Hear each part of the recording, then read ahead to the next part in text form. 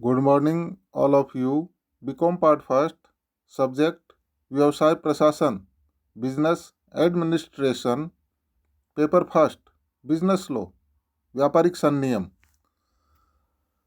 आज के वीडियो में अपन अध्ययन करेंगे एजेंसी अर्थात अभिकरण। इंग्लिश में और हिंदी में भी अपन दोनों में एजेंसी शब्द का यूज करते हैं और इसका हिंदी में अभिकरण शब्द का यूज अपन कर सकते हैं। आधुनिक व्यवसाय में एजेंट की नियुक्ति करना अपरिहार्य हो गया है, क्योंकि कोई भी व्यवसायी अपना संपूर्ण कार्य स्वयं नहीं कर सकता है। एजेंट की नियुक्ति करने से एजेंट, नियुक्त करने वाले तथा एजेंट के बीच एक विशिष्ट संबंध स्थापित हो जाता है। प्रस्तुत अध्याय में भी अपन उसी संबंध में चर्चा करेंगे। भारतीय अनुबंध अधिनियम की धारा 182 से 238 तक धाराएं एजेंसी संबंधों का ही नियमन करती हैं। अब अपन अध्ययन करेंगे एजेंसी का अर्थ एवं परिभाषा, meaning and definition of agency. अधिनियम में एजेंसी शब्द को परिभाषित नहीं किया गया है, किंतु इस अधिनियम के विभिन्न प्रावधानों के आधार पर एजेंसी की परिभाषा की जा सकती है। अतः संक्षेप में अपन ये कह सकते हैं कि एजेंट तथा प्रधान के बीच पाए जाने वाले संबंध को ही एजेंसी कहते हैं। विस्तृत रूप में अपन यह कह सकते हैं कि एजेंसी एजेंट तथा प्रधान के बीच एक संबंध है, जिसका जन्म स्पष्ट या गर्भित ठहराव द्वारा होता है, जिसके द्वारा प्रधान एजेंट को अपनी ओर से अन्य पक्षकारों के साथ व्यवहारों में उसका प्रतिनिधित्व करने तथा अन्य पक्षकारों के साथ अपना प्रधान का अनुबंधात्मक संबंध स्थापित करने के लिए अधिकृत करता है। इसके संबंध में कलकत्ता उच्च न्यायालय ने लिखा है कि एजेंसी का सार यह है कि प्रधान अपने एजेंट को अधिकार देता है कि वह अपने प्रधान का अन्य व्यक्तियों के साथ अनुबंधात्मक संबंध स्थापित करे। दोबारा सुन लीजिए, कलकत्ता उच्च न्यायालय ने इस संबंध में लिखा है कि एजेंसी का सार यह है कि प्रधान अपने एजेंट को अधिकार देता है कि वह अपने प्रधान का अन्य व्यक्तियों के साथ अनुबंधात्मक संबंध स्थापित करे। अर्थात कलकत्ता उच्च न्यायालय के अनुसार भी यही बात कही गई है कि एजेंट अपने प्रधान का अन्य व्यक्तियों के साथ अनुबंधात्मक संबंध स्थापित करने का कार्य करे। अब एजेंसी के आवश्यक तत्व या लक्षण कौन कौन से हो सकते हैं, जिनमें अपन अध्ययन करेंगे। नंबर 1, संबंध का नाम। एजेंसी एजेंट तथा प्रधान के बीच संबंध का एक नाम है। अर्थात अपन ये कह सकते हैं कि एजेंट और प्रधान के बीच जो संबंध होते हैं, जो रिलेशन होते हैं, उसी को ही अपन ने नाम दिया है एजेंसी। दूसरा, ठहराव द्वारा जन्म। एजेंसी का जन्म एजेंट तथा प्रधान के बीच ठहराव से हो सकता है। इसके लिए किसी अनुबंध का होना अनिवार्य नहीं होता है। इसलिए यह कहा जाता है कि अवयस्क व्यक्ति एजेंट बन सकता है। इस बात को आप विशेष रूप से ध्यान रखेंगे कि एक अवयस्क में अनुबंध करने की क्षमता नहीं होती है, वह अनुबंध नहीं कर सकता है। लेकिन यहाँ पे अपन अध्ययन कर रहे हैं कि एक अवयस्क भी एजेंट बन सकता है। अर्थात एजेंट में अनुबंध करने की क्षमता होना अनिवार्य नहीं है, क्योंकि एजेंसी जो है एक ठहराव का रूप ही होता है, अनुबंध का रूप नहीं होती है। नंबर 3, स्पष्ट या गर्भित ठहराव। एजेंसी का ठहराव स्पष्ट या गर्भित ठहराव से हो सकता है। इसका लिखित होना अनिवार्य नहीं है। नंबर 4, प्रधान की अनुबंध करने की क्षमता। ये बहुत महत्वपूर्ण तत्व है। एजेंसी ठहराव में प्रधान में अनुबंध करने की क्षमता होना अपरिहार्य है। देखिए, यहाँ पे यह बात अपने को दोबारा स्पष्ट करनी पड़ेगी कि प्रधान में तो अनुबंध करने की क्षमता होनी अनिवार्य है, लेकिन एजेंट में अनुबंध करने की क्षमता होना अनिवार्य नहीं है। एजेंट में अनुबंध करने की क्षमता नहीं हो तो भी एजेंसी वैध मानी जाती है। नंबर 5, प्रतिफल अनिवार्य नहीं। एजेंसी अनुबंध में किसी मूल्यवान प्रतिफल का होना आवश्यक नहीं है। धारा 185। प्रधान द्वारा एजेंट के निःशुल्क कार्यों से बाध्य होने के लिए सहमत होना ही एजेंसी ठहराव का प्रतिफल माना जाता है। नंबर 6, स्वतंत्र सहमति। एजेंसी ठहराव में पक्षकारों की स्वतंत्र सहमति होनी चाहिए। एजेंसी ठहराव को इसलिए सहमति जन्य संबंध भी कहा जाता है। एजेंसी ठहराव को दूसरा नाम क्या दिया जाता है? सहमति जन्य संबंध, अर्थात स्वतंत्र सहमति होनी चाहिए। एजेंसी ठहराव में पक्षकारों की स्वतंत्र सहमति होना आवश्यक है।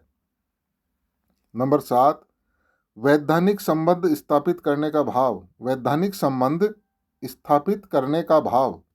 प्रधान एजेंट की नियुक्ति इस भावना एवं इरादे से करता है कि एजेंट का तीसरे पक्षकारों के साथ अनुबंधात्मक संबंध स्थापित करवाएगा। नंबर 8, अन्य तत्व। एजेंसी वैध तभी मानी जाती है जबकि उसमें भी एक वैध अनुबंध के अन्य सभी तत्व विद्यमान हो। अतः एजेंसी कार्य का अर्थ निश्चित हो, उद्देश्य वैध हो तथा देश के राजनियम के अनुरूप सभी आवश्यक औपचारिकताएं भी पूरी की गई हो। तो ये 8 तत्व हुए एजेंसी के, अर्थात 8 लक्षण अपन ने एजेंसी के स्पष्ट किए। अब इसमें अपन स्पष्ट करेंगे एजेंट तथा प्रधान का अर्थ। एजेंट वह व्यक्ति है जिसे किसी अन्य व्यक्ति द्वारा अपने किसी कार्य को करने अथवा किसी अन्य या तीसरे पक्षकार के साथ व्यवहार करने हेतु उसका प्रतिनिधित्व करने के लिए नियुक्त किया जाता है। धारा 182। एजेंट जिस व्यक्ति का कार्य या प्रतिनिधित्व करता है उस व्यक्ति को प्रधान या नियोक्ता या मालिक कहते हैं। धारा 182। इस प्रकार अपन इसको और स्पष्ट कर सकते हैं कि एजेंट वह व्यक्ति है जिसे प्रधान द्वारा अपना प्रतिनिधित्व करने तथा तीसरे पक्षकारों के साथ अपने प्रधान के अनुबंधात्मक संबंध स्थापित कराने के लिए नियुक्त किया जाता है। इस प्रकार एजेंट प्रधान एवं तीसरे पक्षकारों के बीच मध्यस्थ का कार्य करता है तथा उनके बीच अनुबंधात्मक संबंध स्थापित करवाता है। एजेंट अपने प्रधान के सभी कार्य प्रधान द्वारा प्रदत्त स्पष्ट या गर्भित अधिकारों एवं निर्देशों की सीमा के भीतर रहकर ही करता है। अर्थात अपन ये कह सकते हैं कि एजेंट प्रधान एवं तीसरे पक्षकारों के मध्य जो भी अनुबंधात्मक संबंध स्थापित करवाता है वह प्रधान द्वारा प्रदत्त स्पष्ट या गर्भित अधिकारों एवं निर्देशों की सीमा के भीतर रहकर ही करवा सकता है। तो ये स्पष्ट हुआ एजेंट तथा प्रधान का अर्थ। अब इसमें अगला टॉपिक अपन ले सकते हैं, एजेंट कौन नियुक्त कर सकता है। एजेंट की नियुक्ति प्रधान द्वारा की जाती है, किंतु प्रधान केवल वही व्यक्ति हो सकता है जिसमें अनुबंध करने की क्षमता हो। देखिए, दोबारा मैं रिपीट कर रहा हूं इस बात को कि एजेंसी के अंतर्गत प्रधान में तो अनुबंध करने की क्षमता होनी आवश्यक है, जबकि एजेंट में अनुबंध करने की क्षमता होना आवश्यक नहीं है। इस बात का विशेष ध्यान रखेंगे। तो एजेंट कौन नियुक्त कर सकता है, यह अपन स्पष्ट कर रहे थे। एजेंट की नियुक्ति प्रधान द्वारा की जाती है, किंतु प्रधान केवल वही व्यक्ति हो सकता है जिसमें अनुबंध करने की क्षमता हो। अतः निम्नलिखित व्यक्ति एजेंट नियुक्त कर सकते हैं या प्रधान बन सकते हैं। नंबर 1, सभी वयस्क व्यक्ति। नंबर 2, सभी स्वस्थ मस्तिष्क के व्यक्ति। नंबर 3, ऐसे व्यक्ति जिन्हें देश के किसी भी कानून द्वारा अयोग्य घोषित नहीं किया गया हो। तो ये 3 बातों का अध्ययन अपन ने अनुबंध करने की क्षमता वाले टॉपिक के अंदर भी अध्ययन किया था। एजेंट की नियुक्ति प्रधान द्वारा तो की जाती है, किंतु एजेंट की नियुक्ति कानून द्वारा अधिकृत किसी भी व्यक्ति द्वारा की जा सकती है। इसी कारण निम्नांकित व्यक्तियों द्वारा भी एजेंट की नियुक्ति की जा सकती है। नंबर 1, किसी भी निगम या कंपनी द्वारा अपने विधान, पार्षद सीमा नियम तथा पार्षद अंतर नियम के अंतर्गत एजेंट की नियुक्ति की जा सकती है। 2, न्यायालय द्वारा नियुक्त संरक्षक द्वारा नियुक्ति। नंबर 3, कई प्रधानों द्वारा संयुक्त रूप से एजेंट की नियुक्ति। ऐसे सभी प्रधान संयुक्त रूप से ही एजेंट के कार्यों के प्रति उत्तरदायी होते हैं तथा संयुक्त रूप से ही वाद भी प्रस्तुत कर सकते हैं। तो ये अपन ने स्पष्ट किया एजेंट कौन नियुक्त कर सकता है। अब इसके विपरीत दूसरी तरफ अपन अध्ययन करेंगे कौन व्यक्ति एजेंट बन सकता है। How may be an agent.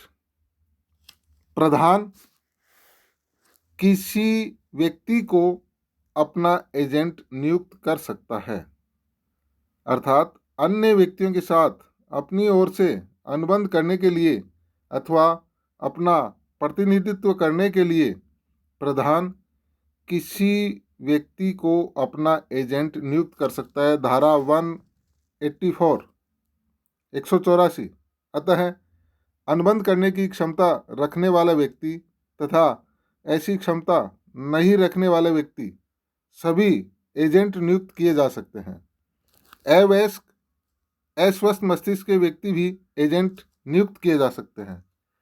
इसका कारण यह है कि एजेंसी की स्थापना करने के लिए ठहराव का होना ही पर्याप्त है और अनुबंध का होना अनिवार्य नहीं है, किंतु किसी भी अवयस्क या अस्वस्थ मस्तिष्क के व्यक्ति को एजेंट नियुक्त करना जोखिम भरा कार्य है। ऐसा करने से निम्नांकित परिणाम हो सकते हैं। नंबर 1, ऐसा एजेंट अपने अनधिकृत एवं गलत कार्यों के लिए प्रधान के प्रति उत्तरदायी नहीं होता है।